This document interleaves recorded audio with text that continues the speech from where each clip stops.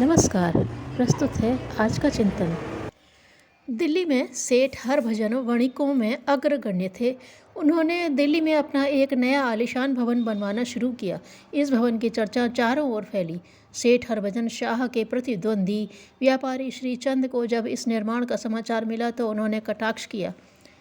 पितरों की नगरी तो उजड़ रही है और सेठ जी यश के लिए यहाँ संपत्ति पानी की तरह बहा रहे हैं। सेठ हरभजन को इस कथन का पता चला।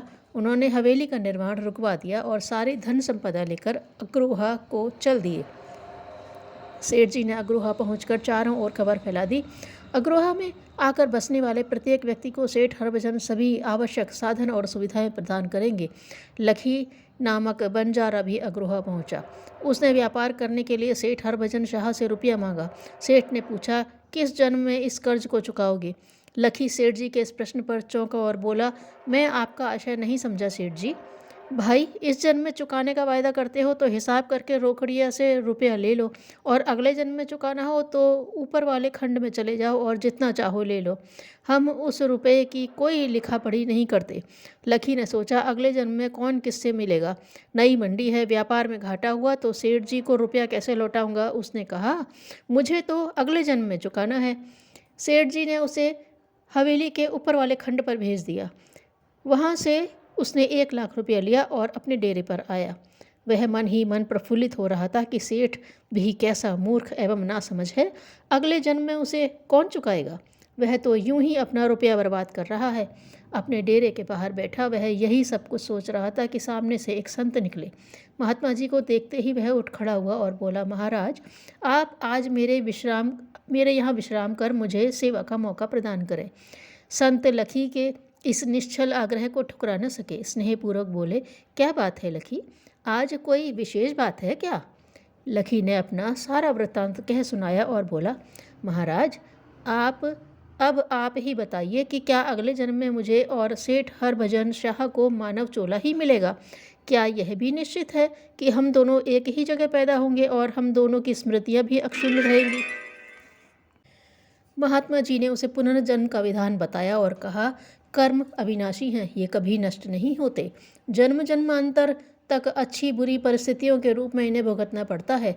अपनी बात को और अधिक स्पष्ट करते हुए उन्होंने कुछ पौराणिक प्रसंग बताते हुए कहा कि तुम्हें बैल बनकर यह कर्जा चुकाना पड़ेगा।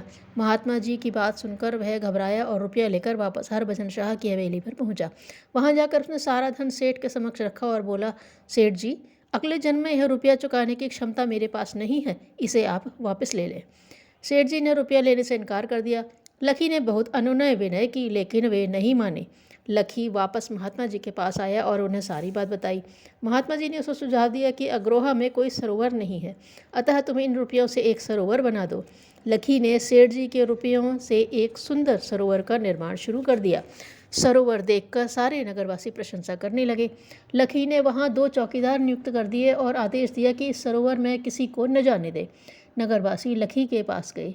लखी ने कहा, सरोवर तो सेठ हरभजन शाह का है, वे ही उसको खुलवा सकते हैं। सेठ जी तक बात पहुंची तो उन्होंने कहा, यह नितांत असत्य बात है, सरोवर मेरा नहीं है। सेठ जी तत्काल लखी के पास पहुंचे। लखी से कहा, लखी, यह सरोवर तुम्हारा है, तुम्हें इसे जनता के उपयोग के लिए खोल देना चाहिए। लखी बोला, सेठ जी, अपराध के लिए क्षमा चाहूँगा। आपसे अगले जन्म में चुकाने के लिए 1 लाख रुपया उधार लिया था। आपको रुपया वापस लौटाना चाहा तो आपने लेने में असमर्थता दिखाई।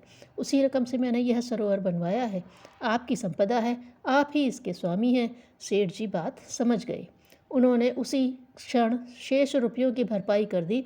सरोवर जनता के लिए खोला गया। सेठ जी ने उस सरोवर का नाम लखी सरोवर रखा और कहा, जब तक यह सरोवर रहेगा, लखी के कायाकल्प की कहानी लोगों को प्रेरणा देती रहेगी। यह कर्मफल विधान सृष्टि का एक अनिवार्य सच है। धन उन्हीं के पास ठहरता है जो सद्गुणी होते हैं। धन्यवाद।